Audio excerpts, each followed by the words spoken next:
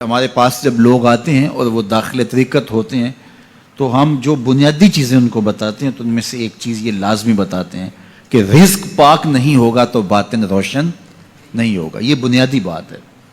اگر رزق پاک نہیں ہے تو میرے حضور نے ارشاد فرمایا کہ ایک بندہ سفر کر کے کعبۃ اللہ کے صحن میں پہنچتا ہے اور کعبے کے پردوں کو تھام لا ہے وہ یمد یدیہ اور لمبے لمبے ہاتھ کر کے کہتا ہے اے اللہ، لیکن اس کا کھانا حرام ہے، اس کا پینا حرام ہے، اس کا لباس حرام ہے، وہ غزیہ بالحرام، اس کو غذا حرام سے دی گئی ہے. میرے حضور نے فرمایا اس کی کوئی دعا قبول نہیں ہوگی. سفر کیا، جنگل پہاڑ کاٹے، سمندروں کو پاٹ کر کے آگے گیا، ہواؤں کے کلیجے چیر کے آگے بڑھا، مہینوں کی مسافتیں طے کر کے گیا اور کعبۃ اللہ کے سامنے کھڑا ہے، سین حرم میں مطاف میں کھڑا ہے، لیکن اس کا جسم حرام سے پلا ہے. اس نے جو پہنا ہے اس لباس کا تانا یا بانا حرام کا ہے، اس کو غذا حرام کی دی گئی ہے، اس نے پیا حرام کا ہے، اس نے کھایا حرام کا ہے. تو پھر اس کا یہ سارا سفر رائے گاں چلا جائے گا، اس کو کچھ نصیب نہیں ہوگا. تو سب سے پہلی شرط اس عنوان سے عقل حلال ہے. اس کے بعد پھر صدق مقال ہے کہ آپ کی زبان جھوٹ نہ بولے. جب کوئی شخص جھوٹ بولتا ہے روحانیات تو دور کی بات ہے، اللہ کے فرشتے اس سے 1 میل دور ہٹ جاتے ہیں. جب کوئی شخص جھوٹ بولتا ہے تو حدیث پاک میں آتا ہے اس کے منہ سے ایک خاص قسم کی بدبو نکلتی ہے. اس بدبو کو ہم نہیں سونگھ پاتے لیکن فرشتے سونگھ لیتے ہیں، چونکہ فرشتے انتہائی حساس مخلوق ہے اور وہ جھوٹ کی وجہ سے نکلنے والی بدبو کو سونگھتے ہیں. اللہ نے حضرت امام اعظم امام ابو حنیفہ رضی اللہ تعالیٰ عنہ کو یہ بصیرت عطا کی تھی اور یہ باطنی نظر بخشی تھی کہ جب کوئی شخص وضو کرتا تھا تو اس کے وضو کے پانی سے پہچان لیتے تھے کہ یہ کس گناہ کا مجرم ہے.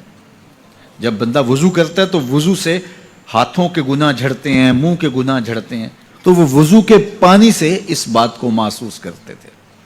اللہ نے ان کو وہ بصیرت عطا کی تھی، لیکن انہوں نے اللہ کی بارگاہ میں عرض کی مالک مجھ سے یہ چیز چھین لے، یہ چیز مجھے نہیں چاہیے. لوگوں کے بارے میں جو ہے وہ ایسا گمان پھر پیدا ہوتا ہے.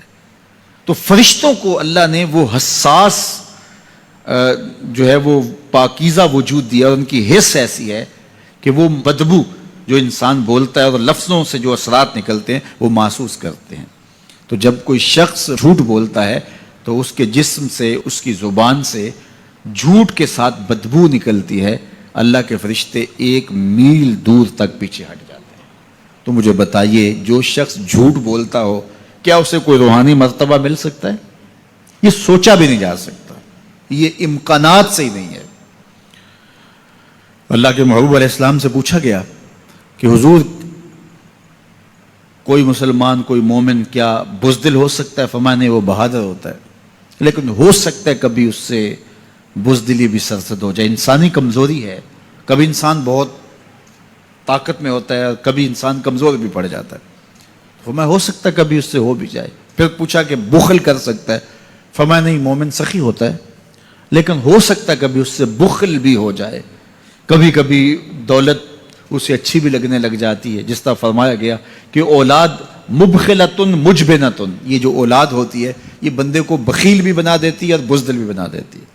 جب اولاد نہیں ہوتی تو بندہ سخی بھی ہوتا ہے اور بندہ جو ہے وہ مشکل حالات میں بھی کود جاتا ہے، لیکن جب اولاد ہوتی ہے تو پھر مشکل حالات میں کودنے سے پہلے سوچتا ہے میرے بچے ہیں یتیم ہو جائیں گے. اس کو یہ خیال آتا ہے، پہلے ایسے مال لٹاتا ہے لیکن اولاد ہو جائے تو پھر وہ اولاد کا سوچتا ہے کہ ان کے لیے کچھ میں جمع کر لوں. تو اولاد فرمایا میرے حضور نے کہ مبخلہ و مجبنہ، یہ بخیل بھی کر دیتی ہے اور یہ کمزور اور بزدل بھی بنا دیتی ہے. تو مومن ہوتا بہادر ہے لیکن ہو سکتا ہے کبھی اس سے بزدلی بھی ہو جائے. مومن سخی ہوتا ہے لیکن کبھی ہو سکتا ہے اس سے بخل بھی ہو جائے.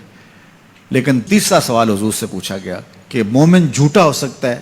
تو اس پہ 2 ٹوک کہا نہیں، جھوٹا نہیں ہو سکتا. یہ نہیں ہو سکتا کہ مومن ہو اور جھوٹا ہو، وہ سچ بولنے والا ہوگا. تو عقل حلال اور صدق مقال.